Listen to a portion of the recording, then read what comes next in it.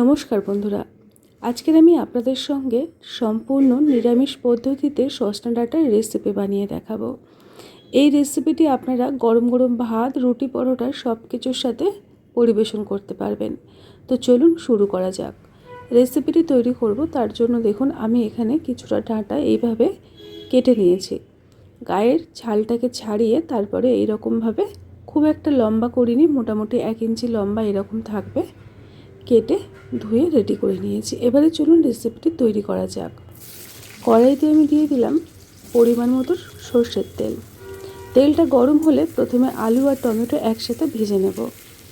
এইভাবে টমেটো একটু ভেজে নিয়ে রান্না করলে কালারটা ভালো আসে, তাই আমি আলুর সাথে ভেজে নেব। অল্প একটু লবণ দিয়ে ভেজে নেব যাতে করে আলুটা তাড়াতাড়ি নরম হয়ে যায়, তার সাথে টমেটো। ঢাকনা দিয়ে কিছুক্ষণ রেখে দিলাম। যতক্ষণে আলুটা ভাজা হচ্ছে একটা মশলা তৈরি করে নেব। দিয়ে দিচ্ছি কয়েক চামচ সাদা তিল। আপনাদের কাছে যদি তিল না থাকে তাহলে পোস্ত থাকলে পোস্তও দিতে পারেন। এবারে একটা ঝালের জন্য কাঁচা লঙ্কা দিয়ে দিলাম, আর দিয়ে দেব কিছুটা পরিমাণে চীনাবাদাম। অল্প একটু জল দিয়ে ভেজে নেব। আমি এখানে কাঁচা চীনাবাদাম দিয়েছি, আপনারা চাইলে ভাজা চীনাবাদামও দিতে পারেন। এই দেখুন, এইরকম করে মিহি করে বেটে নিতে হবে। এদিকে আলুটাও কিছুক্ষণ ভাজা ভাজা হয়েছে, ঢাকনা দিয়ে রেখেছিলাম। তারপর আলুটাকে ভালো করে নাড়িয়ে চাড়িয়ে ভেজে নেব।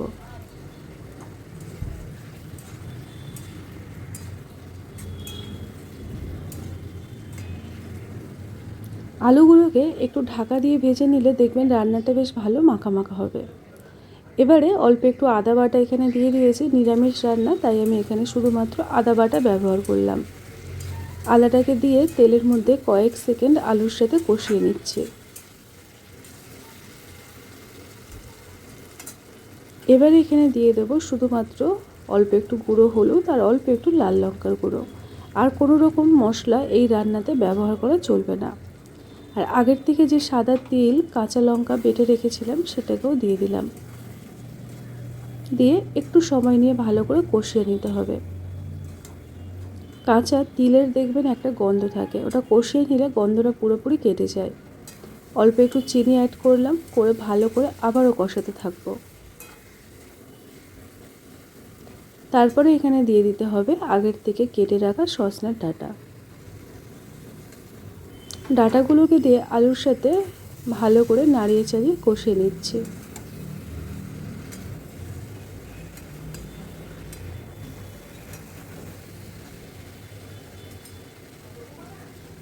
দিয়ে দিলাম মশলা ধোয়া জল কিছুটা পরিমাণে।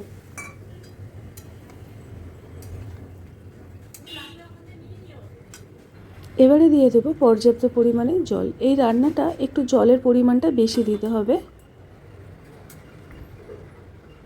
আপনারা চাইলে মাখা মাখাও করতে পারেন, তবে আমি একটু জলের পরিমাণটা দিলাম কেন, আলুগুলো ভালোভাবে সুসেদ্ধ হবে, ডাঁটাটাও সেদ্ধ হতে সময় লাগবে। স্বাদ মতো লবণ দিয়ে ঢাকনা দিয়ে এটাকে ফোটার জন্য রেখে দেব।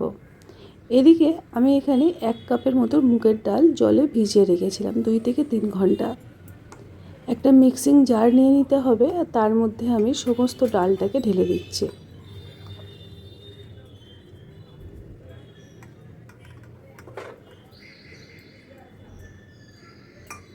এবারে এর মধ্যে দিয়ে দেব অল্প একটু লবণ,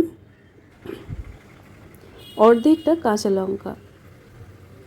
লঙ্কাটা প্রচুর পরিমাণে ঝাল, তাই আমি অর্ধেক লঙ্কা দিলাম, আর অল্প একটু আদা বাটা। একদম মিহি করে ডালটাকে প্রথমে আমি বেটে নেব।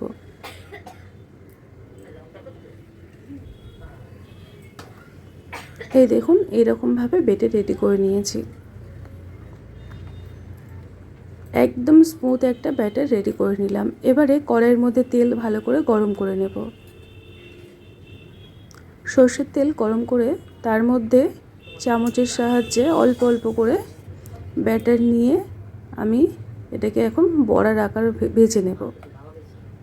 এর মধ্যে আমি কয়েকটা কালো জিরে ফেলে দিয়েছিলাম, বেশ বড়াগুলো খেতে ভালো লাগবে। এবারে নিজের পছন্দ মতো ছোট্ট ছোট্ট করে সাইজ করে প্রথমে ডালের বড়াগুলোকে ভেজে নেব। একটা পিঠ ভাজা হয়ে গেছে, তাই আমি এটাকে উল্টে দিয়ে আরও একটা পিঠ ভেজে নেব। রেসিপিটি দেখে যদি ভালো লেগে থাকে তাহলে লাইক আর আপনার মতামত জানাতে কিন্তু একদম ভুলবেন না। আপনাদের সহযোগিতা, আপনাদের ভালোবাসায় আমার এগিয়ে যেতে অনেক অনেক রকমভাবে সাহায্য করবে। আমার এই ছোট্ট চ্যানেলটিকে আপনাদের সহযোগিতা অনেক অনেক রকমভাবে প্রয়োজন।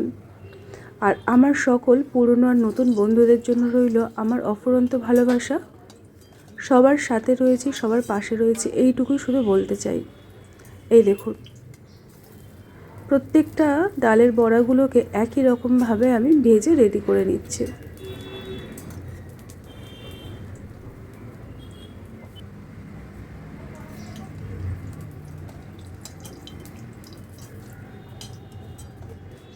এবারে এদিকেও দেখুন, ডাঁটা এবং আলু যেটা ফোটার জন্য রেখে দিয়েছিলাম, ঢাকনা দিয়ে বেশ কিছুক্ষণ রেখেছিলাম। এতে করে আলুটাও আমি আপনাদেরকে দেখিয়ে দেবো, আলুটাও খুব ভালোভাবে নরম হয়েছে আর ডাঁটাও কিন্তু খুব সুন্দরভাবে সুসেদ্ধ হয়ে গেছে। একটা ডাঁটা আমি একটু তুলে দেখাই, প্রচণ্ড গরম, হাত দিতে একটু অসুবিধা হচ্ছে। দেখুন একটু নরম হয়ে গেছে।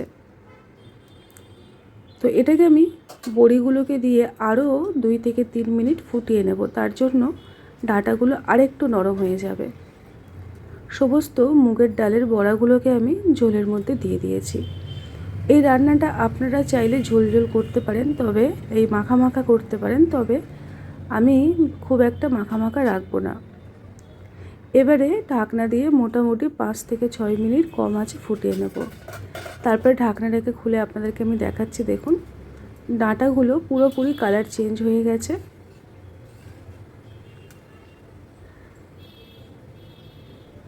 শুধুমাত্র একটু ঝোল আর কয়েকটা ডাঁটা আলু বড়ি দিয়ে আপনার এক থালা ভাত খেয়ে ফেলতে পারবেন, এতটাই টেস্টি হয়। আর এত ভালো লাগে খেতে, মানে সবাই আপনাকে জিজ্ঞাসা করবে কিভাবে তৈরি করেছেন। ঢাকনা দিয়ে কিছুক্ষণ রেখে দিয়েছিলাম, গ্যাসের ফ্লেমটাকে অফ করে, তারপরে আমি আপনাদেরকে দেখাচ্ছি। আজকের মতো এই পর্যন্ত। ভালো লাগলে লাইক দিয়ে সাথে থাকবেন। টাটা।